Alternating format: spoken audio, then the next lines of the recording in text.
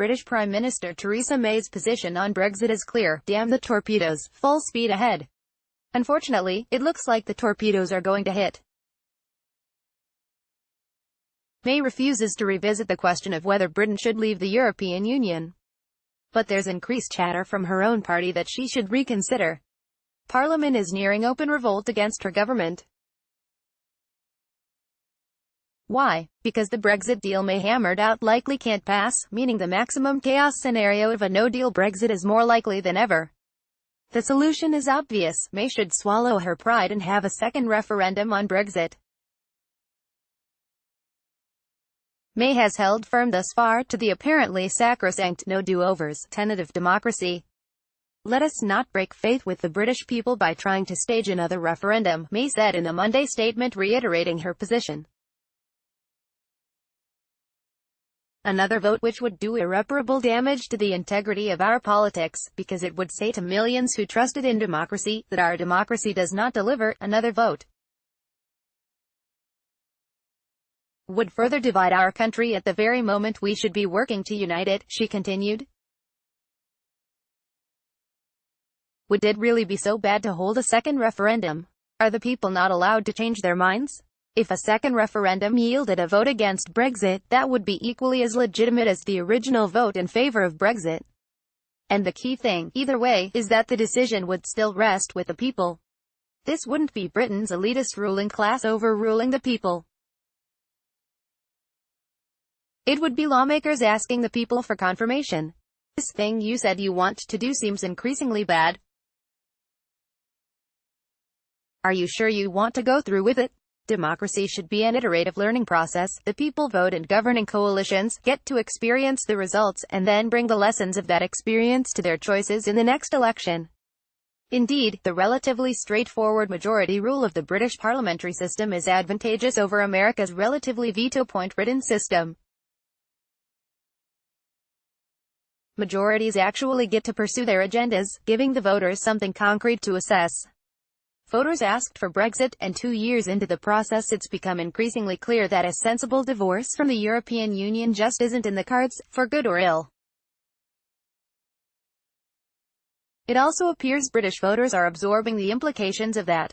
A study in September found that 2.6 million people who voted for Brexit have since changed their minds. That would be more than enough to flip the vote in favor of Remain, should a second referendum occur. No one likes the deal May hammered out with the EU, and the general sentiment is that it can't pass Parliament. May had to cancel a vote on the measure last week, and then faced a parliamentary vote of no confidence that would have dissolved her leadership. The vote failed, but Labour Party leader Jeremy Corbyn is already threatening another round. Meanwhile, reports are circulating that 2 of May's deputies and a number of other officials from her own Conservative Party are discussing a second referendum, though they've publicly distanced themselves from that story so far. Earlier this month, European courts ruled that Britain could unilaterally cancel Brexit if it wants to. If May needs an extension of the March 29 deadline to actually get the referendum done, she could probably get it from the EU if the explicit purpose was to put Brexit up for a second vote. Plus, cancelling Brexit would give Britain a chance to address its actual problems. The Brexit campaign was shot through with racism and nativism. But dig a bit and you'll see the complaints from the pro-Brexit camp were largely economic: an undersupply of housing and healthcare, stagnant wages, and insufficient jobs. Those are all real problems.